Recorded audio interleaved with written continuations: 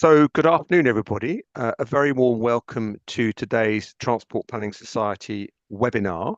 My name is Ben Plowden. I'm an associate at PA Consulting in the transport team, a visiting professor at UCL Centre for Transport Studies. But for today's purposes, I am currently the chair of the Transport Planning Society, who's organised today's event. The TPS is the professional body for transport planners. We represent their interests in the sector. We support their professional development through our skills program, and we work with transport planners to try and influence transport policy and practice in the service of a greener, fairer, properly integrated, and above all, decarbonised transport system. You would have seen, I'm sure, in the last 24 hours or so, the extraordinary and terrifying images from Valencia in southern Spain, which has suffered catastrophic flooding in the last couple of days, with a very significant impact on both human life and the fabric of the city and the surrounding region. Meanwhile, we've recently heard news that climate scientists think that the natural world, the oceans, the forests, the soil of the earth have stopped or are stopping absorbing carbon, which is not factored into any of the climate models, as far as I'm aware, i.e. the ability to go on putting out carbon and have the planet absorb at least some of it. It now seems to be dwindling, if not stopped. And meanwhile, the new government has announced it's going to invest £22 billion, funny enough, the same size as the famous black hole, in carbon capture and storage over the next 25 years, which is pretty irrelevant as far as transport is concerned. So we have an urgent challenge to decarbonise the transport sector in the UK and internationally. Transport is now, as you know, the largest source of carbon in the UK economy. And we have to decarbonise it, but also, as per the images from Valencia, equip our cities and our communities to be able to respond to the climate change that's already underway. And in the case of transport, this is not a technical challenge. We have the technology that we need to decarbonise transport. We know about walking and cycling. We know about buses and trams. We know about land use planning. We know about electric vehicles. This is a delivery challenge, a political, financial, and institutional challenge, much more than a technological challenge. Now, at first glance, you might think that that challenge is easier to overcome, or at least easier to overcome in our metropolitan areas than either suburban or rural areas, because of the relative level of land use density, the mixed land uses, the ability to offer people a broader range of transport choices.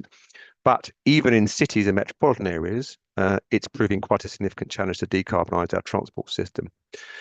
So today is very much about that dilemma, which is how do we decarbonise the transport system, and how do we do it in particular in urban areas? And to help us share that challenge, we've got two fantastic speakers, Mark Gill from Bureau Happold and Enrica Papa from the University of Westminster.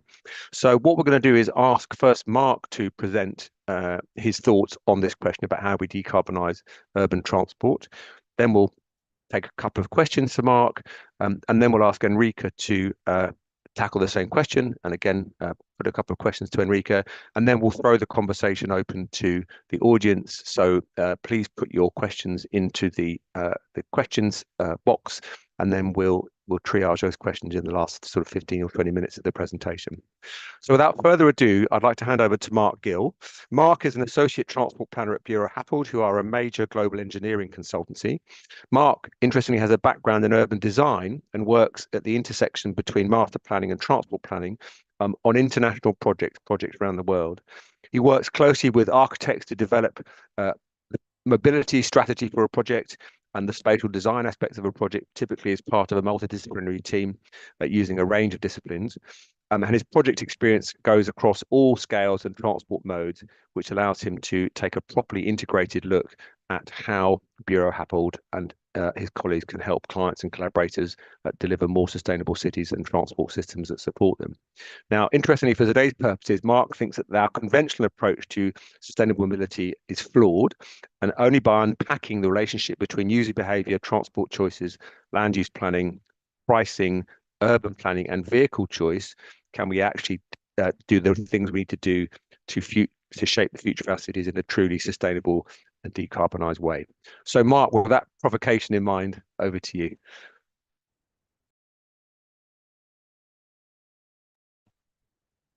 You're on mute.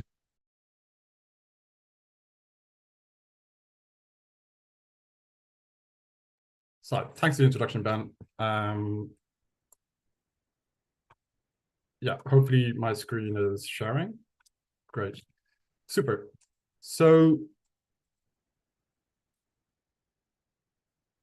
what I want to do is just kind of explore or share my kind of journey in terms of this thought process I've been having in relation to the decarbonisation of urban transport, particularly as it relates to car dependency. So obviously we know the image on the left in terms of the car being, this vehicle of independence. Obviously it's an aspirational thing, and that's kind of difficult for us to challenge. Clearly we understand that car is something that we've become dependent on, and actually it's really the people who see the car as something utilitarian that we can mostly work with. So what I've been trying to explore is like, can we figure out a seductive mode of travel or inclusive urban plan that is obviously good for the planet and people's health? And the result of that would be we would be able to collapse the demand for private cars and vehicle trips. I'm trying to think about a way in which this can occur naturally as part of, just a common sense decision-making process. And obviously the result of that would be that if we have less cars on the road, we have the ability to transform our cities because road infrastructure becomes a stranded asset. So I won't labor too much on this. We all understand probably on this call that transport is seen as the problem child in terms of the decarbonisation of our planet. Obviously, while we are in a situation where we're past peak car, the demand for private cars is plateauing. And of course, I think we're aware of these challenges as it relates to the environment and air pollution, obviously congestion, accidents, public health, and space. I think something that I work with a lot is obviously this idea around the impact of cars on the street. And obviously, cars inhibit the shift to non-motorized modes due to hostile street environments. So if we can get cars out of the street, it completely transforms how people may move in the city in terms of how they perceive streets and their safety within them. So just a brief kind of look back in time. We look at these sorts of images in terms of Vienna back in the late 19th century. Obviously, people can chat freely in the public realm. They're not worried about getting mowed down. And obviously, there is still public transport in evidence. So this is obviously an era when the car didn't exist. We did live without cars, and we can do it again. Even in the 1940s, obviously the car is part of the picture. This is in San Francisco, but clearly there's a huge reliance on the streetcar as the main mode of transport to navigate the city. And I'm just looking at these really generous pavements and just thinking like, why can't we have something like this? Dublin in the 1950s, again, the car is part of the picture, but it's not it's not the primary modal share that we're designing our cities around. Clearly public transport and cycling is key. And then, back in New York in the 50s, still images of children playing in the streets before they were effectively removed by the car movement and forced to play within playgrounds in public parks where parents would have to take them. Obviously, over time, the city has expanded. I think these images from the modernist times are really, really interesting in terms of the vision that the car, that people had for the car in terms of city planning, like Hilbersheimer's vision, Le Corbusier's vision, and then like this is from the model of the city by Norman Belgettas. And what I find very interesting about these is, okay, now we look at them and say, wow, like how did we ever come up with these images in the first place? But like images like this one was promoted by or commissioned by General Motors. So behind these images is probably some sort of desire by the automotive industry to promote the car as part of the vision for the future. And obviously that managed to take hold in places like London. The Barbican, an amazing cultural asset, but interestingly also a curious building to kind of navigate from the street. And we can see where the car has led us. If we look at cities like Riyadh, where there's 98 car modal share, they have fully embraced the car. They have done everything to create a system of free flow, and they use a system of kind of U-turns as opposed to signalized junctions. And so we can look to cities in terms of like, actually, like if you fully embrace the car, what does it look like? And we know obviously what results is induced demand, and you can't get the city back to being livable for the other people that want to get around. Obviously, if you put a major highway through communities, the complexity and the cost involved in creating connectivity is immense. And like this is obviously an opportunity for us to rethink how we do road infrastructure and what that means in terms of cost and obviously livability and connectivity. And obviously on a local scale, we can still see that the cars are very much present in the street, and taking up a lot of space essentially. So like that space that we can use for something else. So we've moved into a period of transit-oriented development. Obviously, mixed-use developments that are kind of relying on high density, and obviously the high population flows associated with the train station. I think this is perceived as being generally very positive. Building connectivity where there is building density where there's connectivity. Obviously, we've got examples in London in terms of King's Cross redevelopment. I think generally this is perceived as very successful. And we have obviously examples in the world where, people understand that the car has been too present in the public realm and that, there's opportunities to remove it. I'm not suggesting that these are cheap projects, but certainly, Boston did manage to generate a lot of public realm and developable land as a result of putting this highway infrastructure below ground. In Seoul, they've managed to remove a freeway and return it to its river. And then obviously similar things have happened in Utrecht. So we can see that momentum is going the other way. So from my perspective as a transport planner, it's a really exciting time because we are at this shift in terms of designing cities not around the car. So there's a lot of opportunities for us to shape how people move and live in cities in the future. So the conventional fix, as I see it, currently these are kind of the main themes that people talk around when we talk about decarbonization. As I mentioned, there's transit-oriented development. We also have active travel, electric vehicles, regulation, and obviously relying on politicians, and then multimodal transport plans. So I'm just going to take you through these. So as I mentioned, like transit-oriented development is very positive. However, there are challenges with it because if we're trying to decarbonize our cities in a short period of time, the reality is that rail projects take a long time to actually manifest, if they manifest at all. And they're very, very expensive. And so what tends to happen is that you need to create a partnership between developers and the city and TfL or whoever to basically create a scenario where the developer is effectively paying for the rail infrastructure, or at least subsidizing it to some extent, and the city obviously agrees to maybe relax or allow the developer to provide more density within their development as some sort of exchange and quid pro quo. And the result of this is that while we're building transit-oriented developments, the reality is that these are quite expensive and inaffordable for a lot of people. So then the question is, like, who does transit-oriented development actually serve? And how many people is it a solution for in terms of how we plan for cities? Active travel, obviously, Anne Hidalgo is doing a great job in Paris, and obviously we have other cities around the world who are taking the lead on this. Transformation is possible. However, I think we can generally accept that active travel is not practical for all people or all trips. So it's part of the solution, but not the solution. EVs, I think the big thing to make here, a big point to make here is that the EVs are only as sustainable as the energy grid that powers them. And I just have this kind of flashback to the financial crisis back in 2007, where effectively over a period of time, we reached peak capitalism and we had this opportunity to kind of transform how we managed our economy, how we thought about finance. And all that happened after that whole period of reflection and recession was that we went back to doing exactly the same thing as before. And so I see kind of EVs as being a continuation of car dependency, not a paradigm shift. So I think we're kind of at this precipice where we have an opportunity to really challenge, cars within the public realm, just like we had to challenge capitalism and how we finance our economy. And, we don't want to miss that opportunity.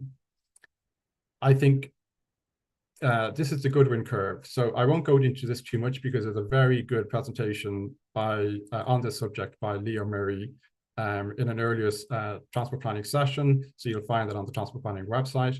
But essentially, it's this idea that we need really brave politicians to advance decarbonization of our cities. And what I'm saying here is we look at this kind of point, an inflection in this dip in terms of where politicians need to be very brave. So generally we get support for an idea, and then as it's actually about to happen, support for the idea actually falls, and then there's massive panic, and then obviously a politician can come in and effectively renounce any obligation to what the support that was originally garnered for the project.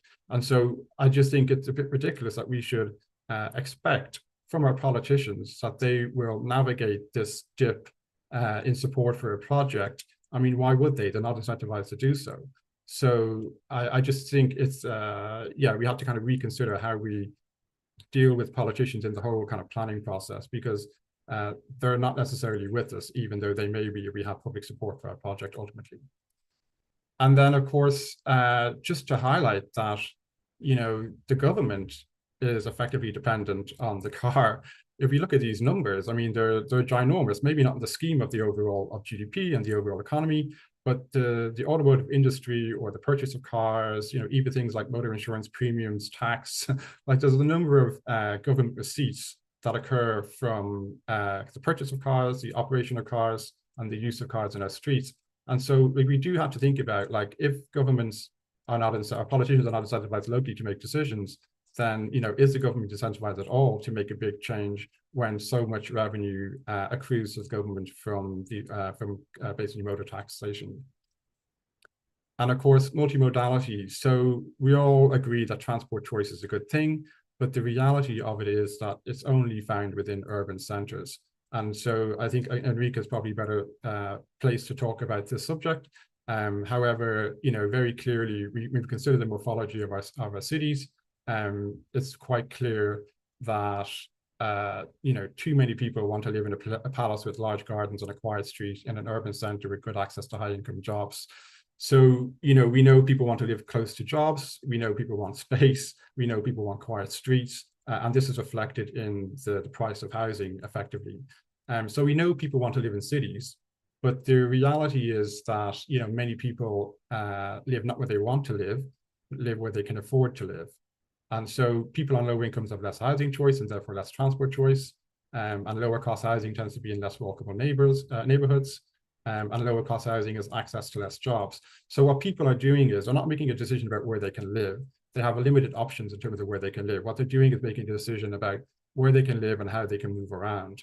So, like, transport is an integral decision in terms of how people's day-to-day and how they view their lifestyle and their needs. And so your housing decision and your transport decision typically go hand in hand. And so, like, we can't rely on multimodality to solve that for us, because people obviously have to make decisions about real needs. So when we look at car trips, just trying to think it through, like, why do people use a car or own a car? And, like, there's lots of reasons for that. I mean, the point is, are these necessary trips? And I think obviously some of them make a lot of sense. You know, access to nature. People want to take sports equipment into the mountains or the surfboard to the beach. You know, cars are better for managing groups of people. So if you have a family, it's just easier to get around in a car. Obviously, some people use a car because they don't feel safe in terms of the journey from door to door. They don't feel comfortable maybe walking at certain hours of the night or in certain parts of the city where they work or live. And so there are definitely challenges and reasons why people use a car. I'm not going to dispute those. And obviously, they make perfect sense for that person. So we need to kind of get a better understanding of how we can challenge that. And some things like the cost of using a car, like, cars should not be cheaper than other modes of transport. Cars should not be faster than other modes of transport for short trips. You know, things like this, we as transport planners can solve. So we should challenge ourselves to think about these reasons and understand what substitutes are available. And it's actually quite simple to do this, because what do people without a car actually do? So these are, like, in London, 41% of people don't own a car. So we have a lot of examples in terms of how people navigate a city and get around a city, and we should obviously try to learn from that and hopefully, you know, encourage change based on those ideas or ways. So I kind of see three approaches in terms of where we go with this. We have, on the one hand, we have public transport, okay, and on the other hand, we have active travel, and, like, they're very much part of the multimodal plan. We know that public transport is expensive to invest in and expensive to operate, and therefore comes with restrictions in terms of the frequency, the times of day, the connectivity, and so forth. And we know that active travel is an amazing thing and the most sustainable and space-efficient mode of transport, but not everybody has, it doesn't create access for all people for all trips. So we could live in a world where we have obviously the car at the center of it. And the way I view the car is, it's not this vehicle. It's basically what people perceive as the way they can access transport and mobility 24/7. So people put a car in their driveway, not because they need a car every day, but because in their head, they think they have a need for a car at some point in time, and they can't rely on any other way or mode to get to where they think they need to go at a certain moment in time. So for me, the car is just, it's literally just a vehicle. We need to see it as just a thing that's filling the void between public transport and active travel. And if we accept that, then what happens is we end up designing our cities around car acceptance and provision. And effectively, that means designing for vehicle access, parking, and EV charging, more or less the status quo.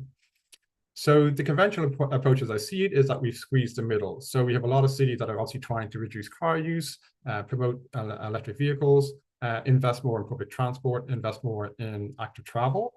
And obviously, this is fine. In many cases, it works. We have, let's say, cities like Copenhagen and Vienna that use different models, but they both achieve a very low car modal share of 26%, which in many cities is obviously great in comparison. So obviously, Copenhagen has done this through investing in active travel infrastructure, and Vienna has done this by investing in public transport. It makes public transport incredibly cheap. You can get an adult can travel in Vienna for essentially €1 a day on an annual pass. And so therefore what you see in Vienna is not just less cars, you actually see less cyclists because it's so cheap to go on public transport. Why wouldn't you just do that instead of taking your bike? But both of these models will lead to reduced car modal share.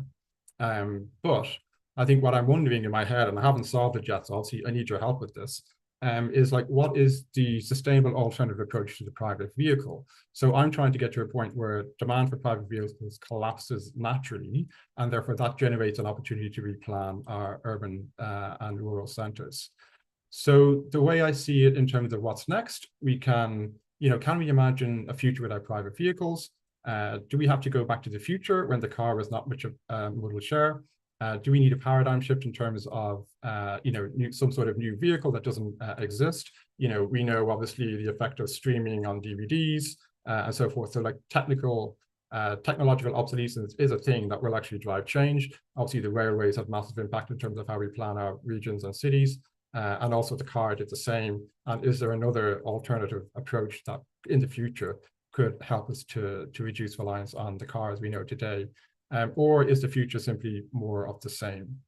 And so I think we obviously have a car-oriented planning approach, and we have the conventional approach, which I've outlined, which is kind of this reliance on an implementation of behavior shift, whereas the alternative approach is really around smaller vehicles, not bigger vehicles, car sharing instead of owning a car, maybe a different type of vehicle, and mobility hubs.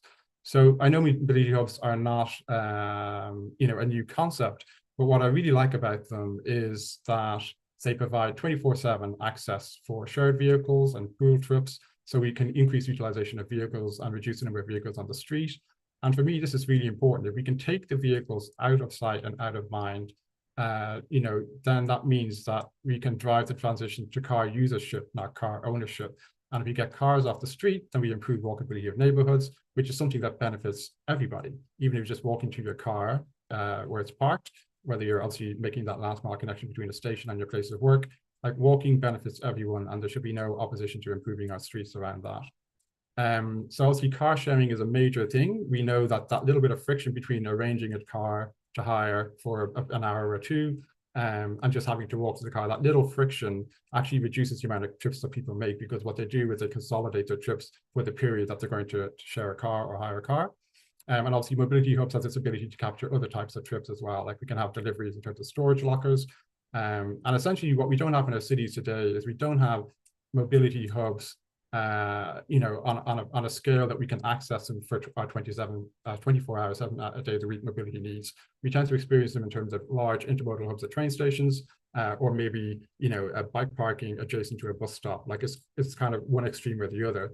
But ideally, a network where people could walk to their mobility hub to access mobility will kind of reduce the reliance on the car, because they feel they have something reliable if they need a car or another mode of transport to get around the city.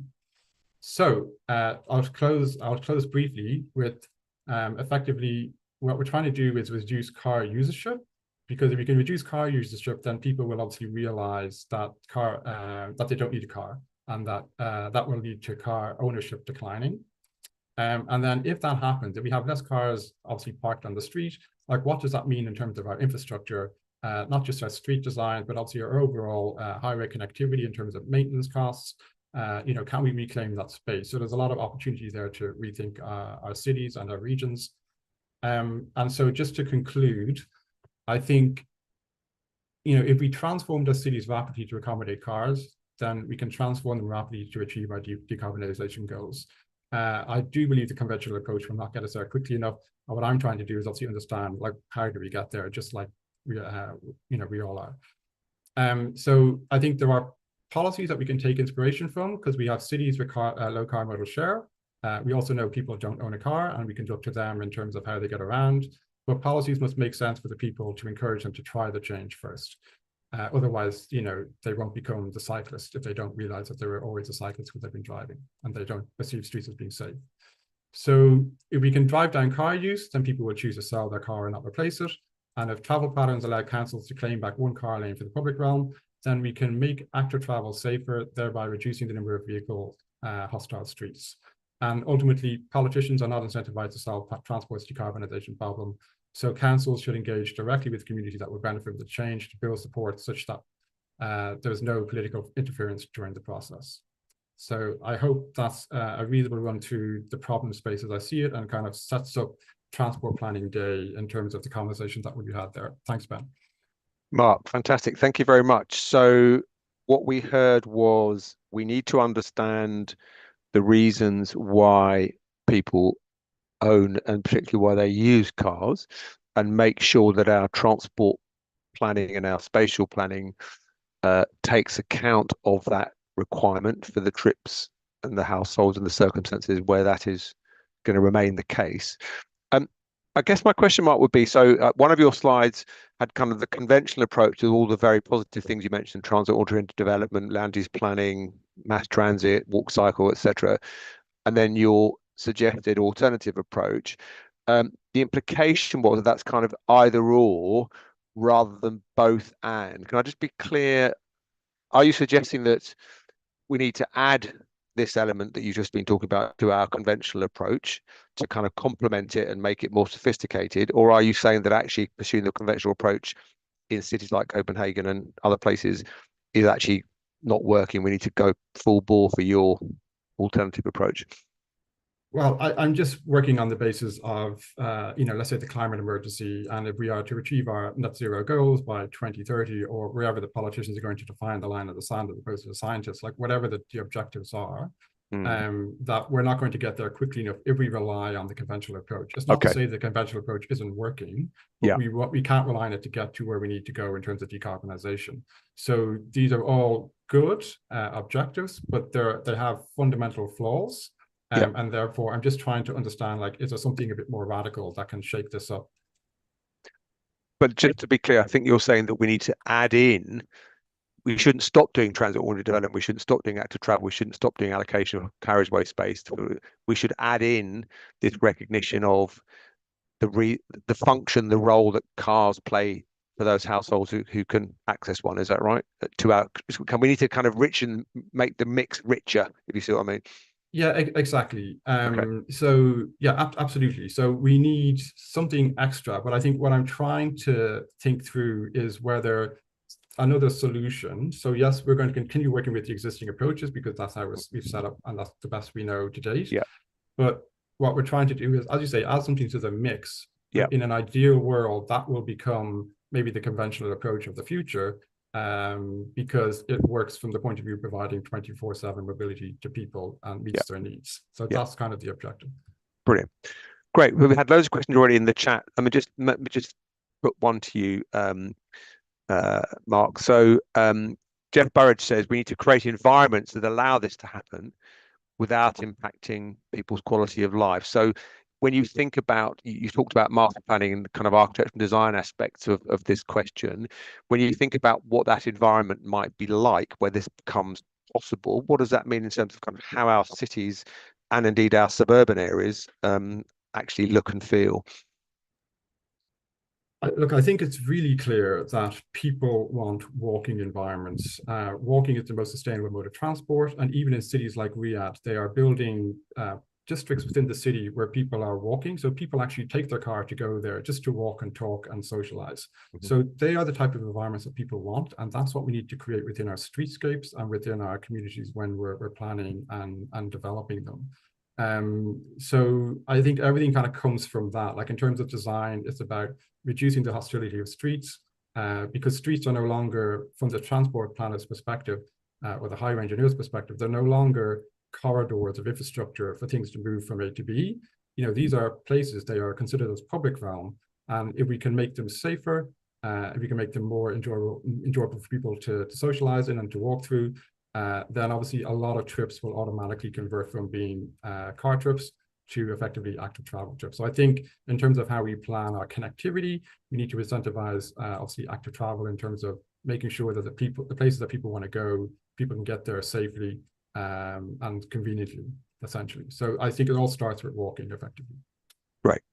And then just one more question from this first round. Paul Compner, beg your pardon, he thinks a modified version of mobility as a service is a big element of the sustainable future.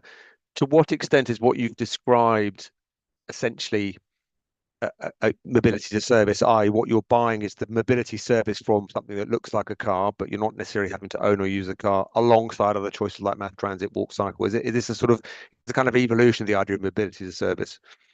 Agree. I mean, it is this idea effectively that people can access transport conveniently, and an understanding that people will use different types of vehicles for different types of trips. So how do we enable that such that at the moment people are relying on cars for probably, or could use a car for basically all trips to go everywhere. So the car has incredible access. And if you use a car a lot, I mean, why wouldn't you use it for those types of trips? Yeah. So it's trying to break that link in terms of the convenience that a car offers, because actually there's another way that this is convenient and hopefully cheaper and more sustainable. Yeah, brilliant. Fantastic. So essentially we need to start from where people are rather than where we'd like it to be, I think is what you're saying. Brilliant. Rob, thank you so much. Sorry, Mark, you're Rob. So over now to Enrica Papa for a presentation. Enrica is Professor of Transport Planning at the University of Westminster, and her research again is positioned at the intersection of urban mobility studies and economic geography, understanding the kind of economic character of cities. Enrica has a PhD in transport network and city planning and has published widely in this area. And she's taught and researched and consulted on mobility planning for over 15 years, working like Mark in a number of different international contexts in Belgium, the Netherlands, and Italy. Enrica, over to you. Thank you so much. Can you see my slides? Perfect. So yeah, my presentation will go on line of what Ben and Mark said, but strongly pointing out where we have to rethink beyond mobility. So the main question about decarbonizing urban transport, as also Ben said, is not regarding just transport, is not about just technological issue, but it goes much beyond it. And I want to start with a very strong image. Ben already mentioned it. This is, of course, as you all know, the very sad, scaring images of Valencia. And, seeing all these cars thrown in middle of the street, I think these images should be in our mind when we do our current job as transport planners, because this image really shows the vulnerability of our cities and our current car-centric approach to climate impacts. So in this short presentation, I will explore how decarbonization calls for new perspectives, addressing not only emissions, but other broader issues that hopefully will lead us to a different future. And also Ben asked me to provide examples. And so I want to start with a very strong bad image, but of course end with some hopes and ideas of how this can be avoided and changed. I will quickly go through, as Mark did, quick look at how cities evolved with a question mark about the future. And I would like to discuss maybe at the end of it very briefly about how would you imagine a city that goes beyond mobility, where transport is just one part of a vibrant, inclusive urban ecosystem. So yeah, we all know how everything started with what is called a working city, characterized by high density, mixed land use, narrow interconnected streets that adapted to landscapes. And some of these compact, walkable cities still exist today. Then, you know, the second part, it's called what is called the public transport city, when the train came, and the tram era in the 19th century, pushing city outwards, creating sub-centers around stations, forming small walkable hubs.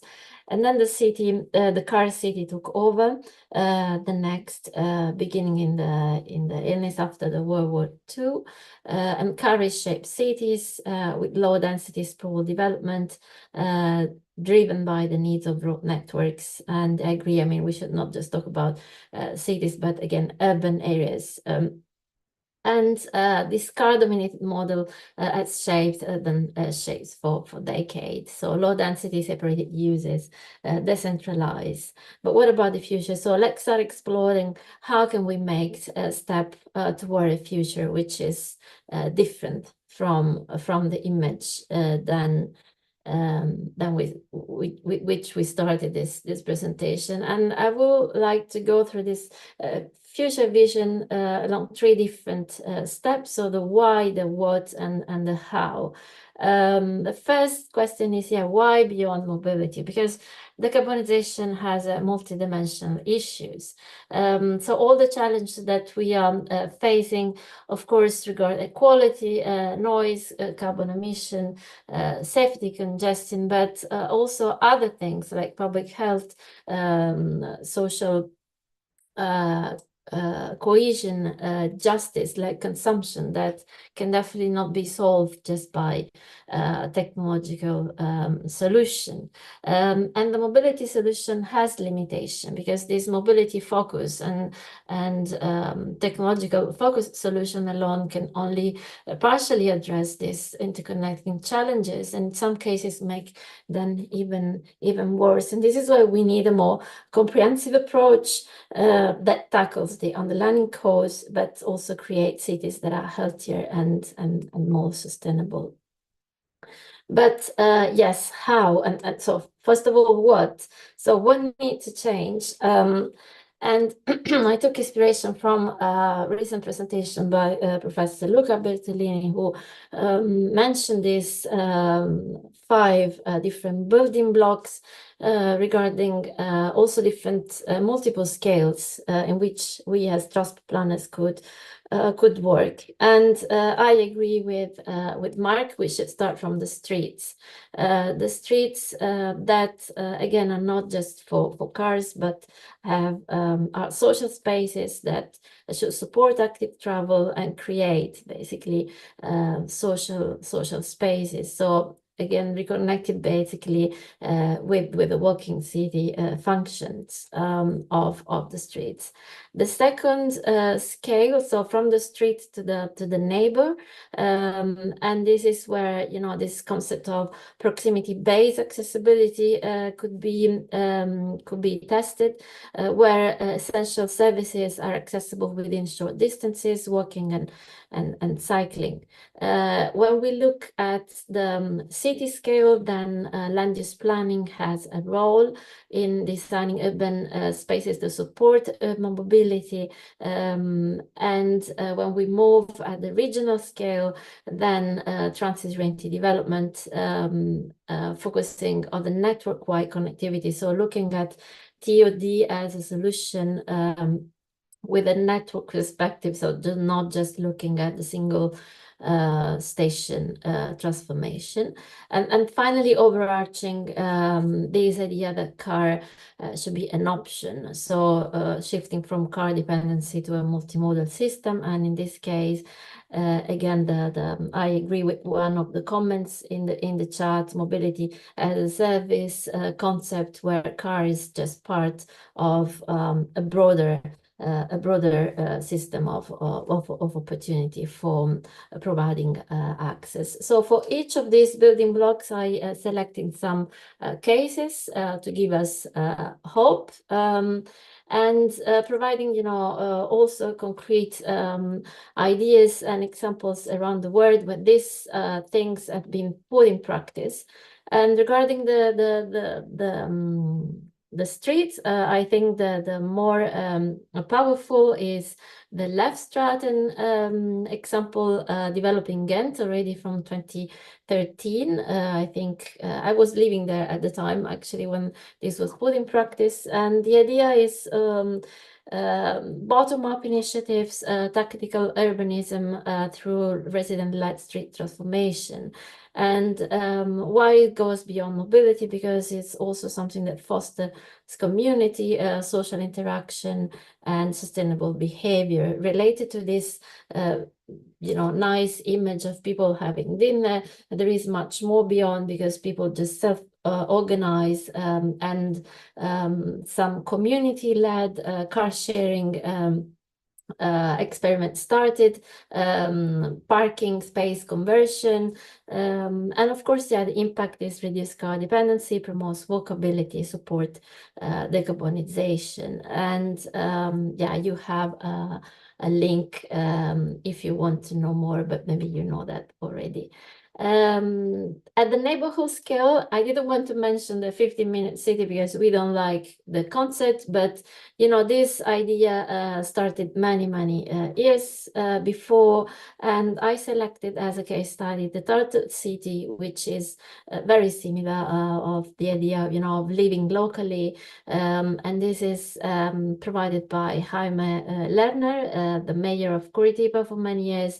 And the idea, of course, is to make the city slow, so as a Tartu. So integrating living, working, and leisure center. The Tartu basically bring their home with it. So it's mobility and staying together for a balanced urban life. So at the neighborhood scale, reducing car dependency, encourage mixed use, and mixed-use neighborhood and proximity.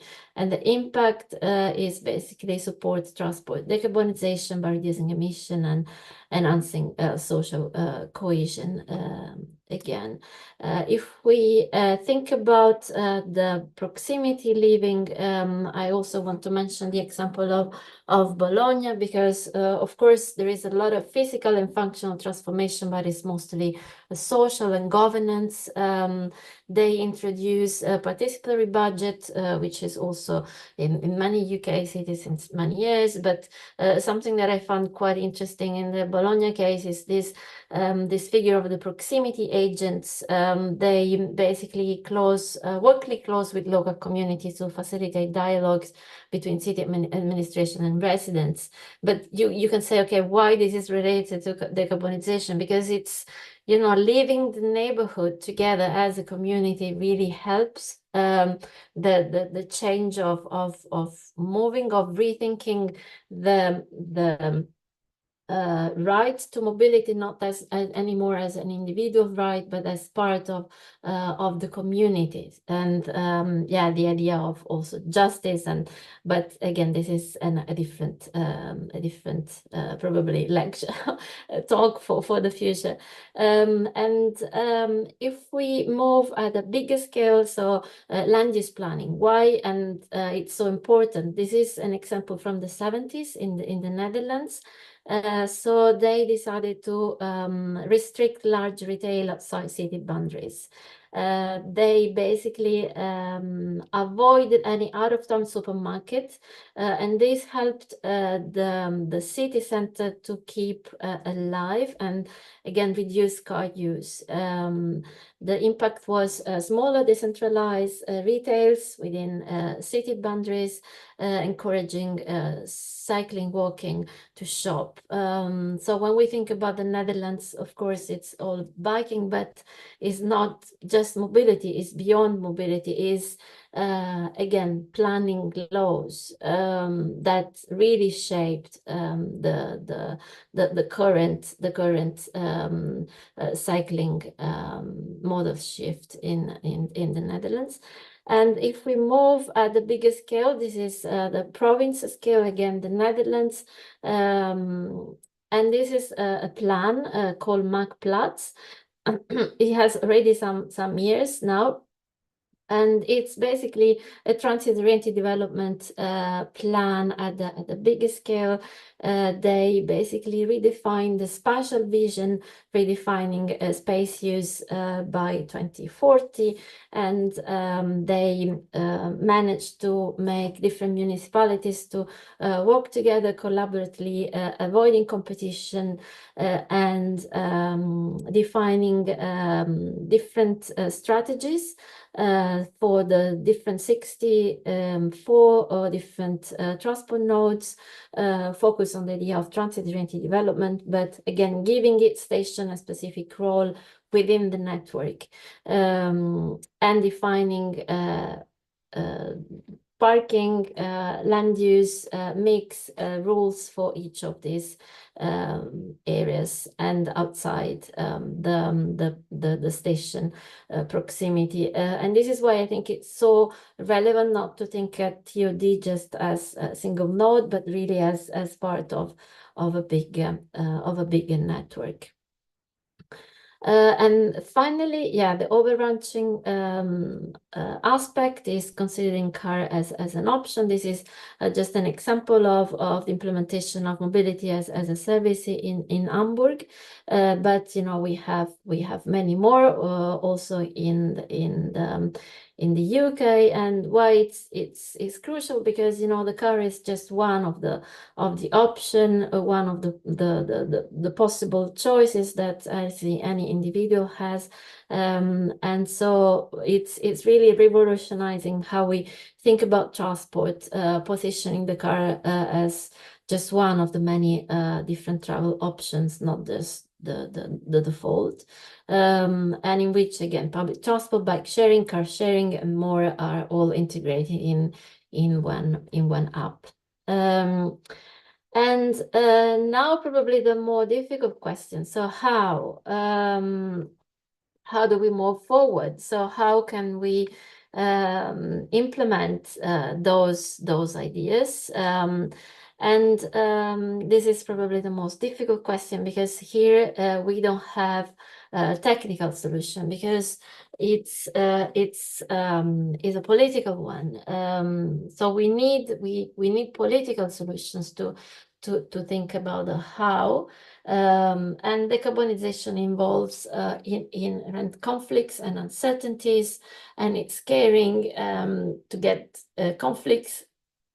And a third crucial point is that we need the public engagement and adaptive policy are then essential. So it's just even more than engagement is to make everyone aware of their own responsibility, political responsibility, in front of, you know, the Valencia violent images and news we are receiving in these days.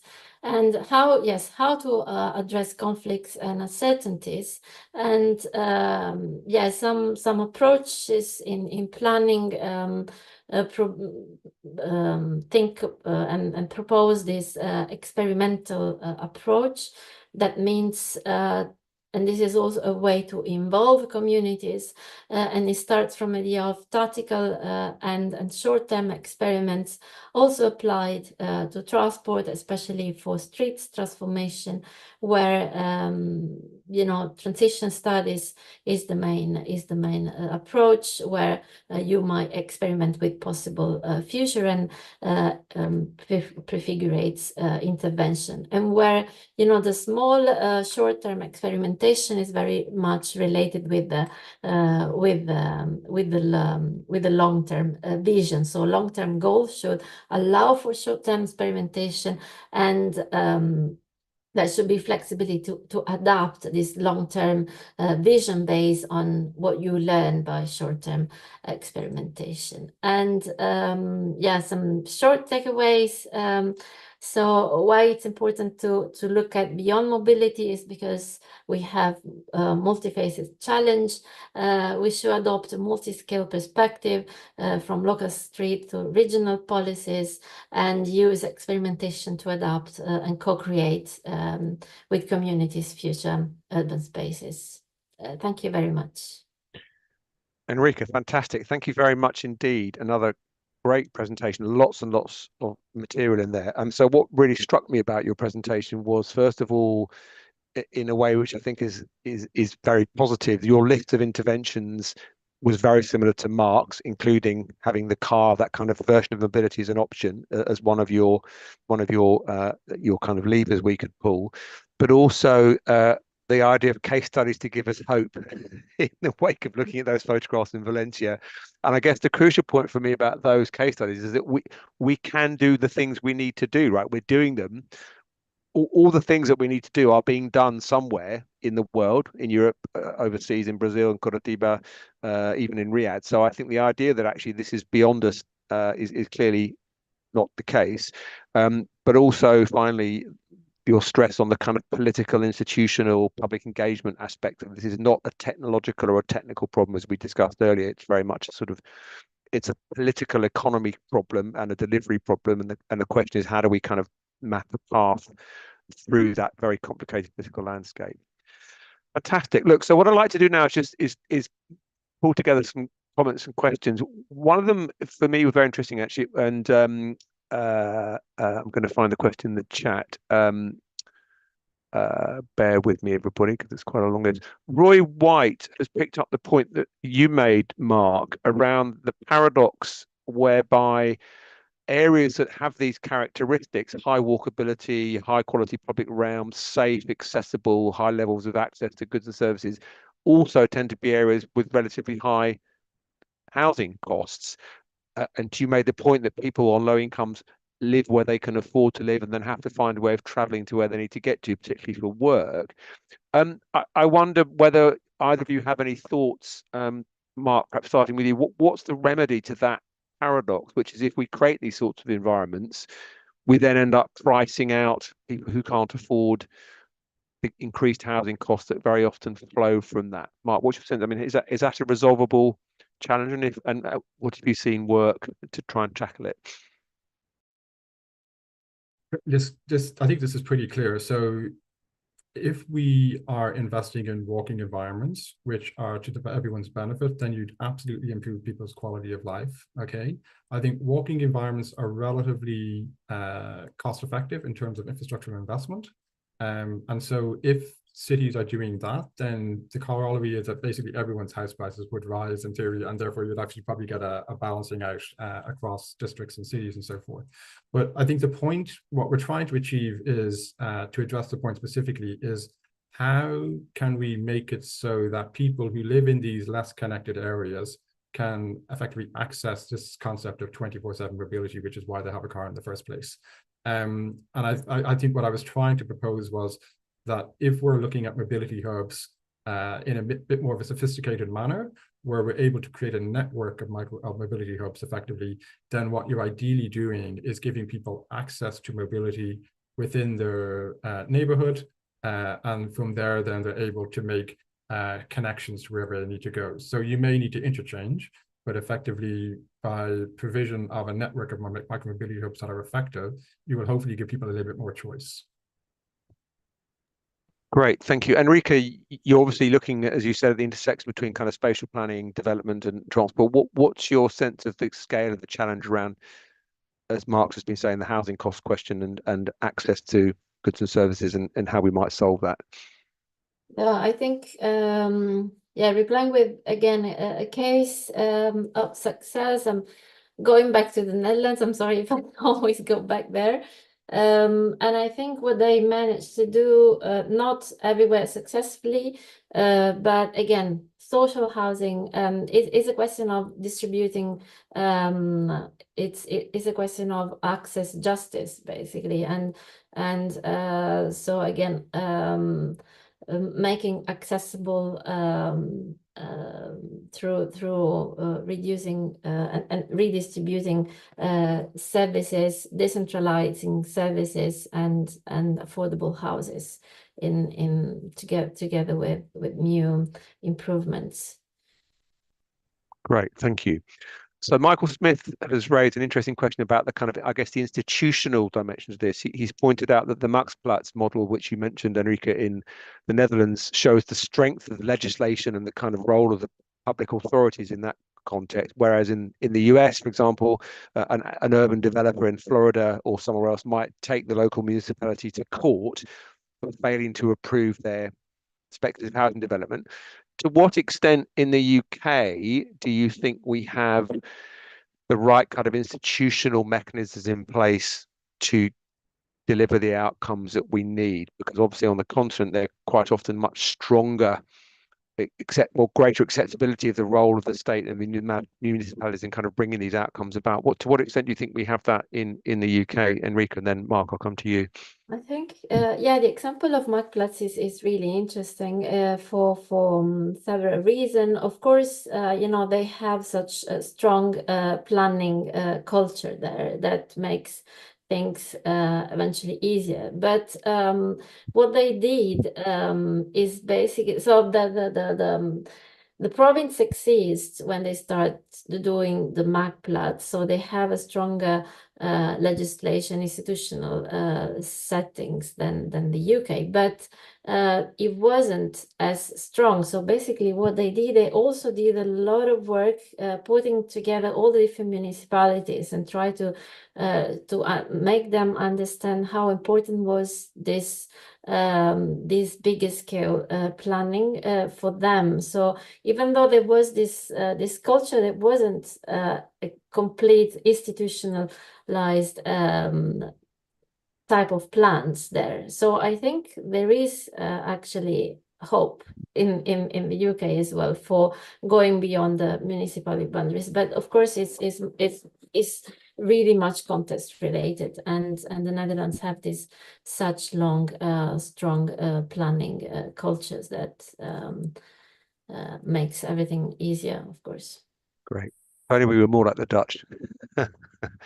Mark, what's your sense of the kind of institutional context in the UK specifically? How well equipped it is to kind of drive the outcomes and that we've just been talking about in terms of the range of choices people face? I mean, I think there's still challenges. I mean, like just anecdotally, if I'm out cycling in the countryside, you still see the type of development that you don't want to see is still very much car-based development, whether that's like big box retail stores, whether it's housing not connected to mobility or to urban centers, such that people can walk or bike there safely. So I think there's still challenges. So I think a lot of the time when you read maybe the proposals in terms of, development plans and so forth. I mean, the language is right, the direction is right, but the implementation it doesn't seem to translate down to the development. And so it's definitely a challenge. I agree with Enrica, this idea of being able to kind of coordinate across administrative boundaries. I mean, even something as simple as super cycle highways in the capital region of Denmark. So basically extending from beyond the center all the way out to all of the boundaries beyond that. So what they have to do is they have to coordinate that on a regional scale to make sure that people agree and buy into the concept, which benefits everybody, right? So I think more needs to be done to coordinate the message and to basically accept that what we say in our development plans is not actually happening in practice. And so again, it's that negotiation between the people who are building and obviously developing our landscapes and urban environments, and the people obviously who have the authority to obviously govern and guide that development. Fantastic. We've got a couple of minutes left. I'm very conscious of time. First, very quickly then, although this is a difficult question to ask you and to answer in a few seconds. So we have a new government. the government publicly committed to rail reform, to extending and improving bus services locally, to an unprecedented level of investment in active travel, talking about planning reform and a move to a vision-led approach to land use planning, talk of an integrated national transport strategy, talk of further devolution of ploughs and money to local authorities and city regions. How optimistic are you, Mark, I'll start with you, that we might now have the framework, at least in the kind of national policy terms, to bring about the sorts of changes that you've been arguing for this new government? I'm not asking you to make a third-party political comment, just in terms of what you've seen, how optimistic are you that we might now be in the right place? The way I see it is that we have broad consensus around the need to shift from, see the last 50 years of planning around cars to a future which is different. So from my perspective, the planning professionals, be they within municipalities, be they within consultancies and architectural practices, there seems to be a broad consensus in terms of the direction that we want to go. And as we highlight on the talk, there is inspiration from abroad in terms of methods that can be used and policies that can be adopted. So I think directionally we're in a good place. Obviously, there's still some challenges in terms of implementation, and I think that's really the trick. How, if we have such broad consensus, can we generate the momentum so that there's much less resistance to the change that we want to happen? Brilliant. Brilliantly brief, given the size of that question. Enrica, you talked about the how and the politics, institutional aspect. How optimistic are you in the light of this new government that we might be heading in the right direction? Yeah, I mean, again, if you think about what happened in Paris, and it took a couple of years really to change the city, and of course the mayor there had a massive role, but also the role of communities and people really believed in the change. So I think we have to use this momentum where we have this support of the institutions and really try to reach out communities and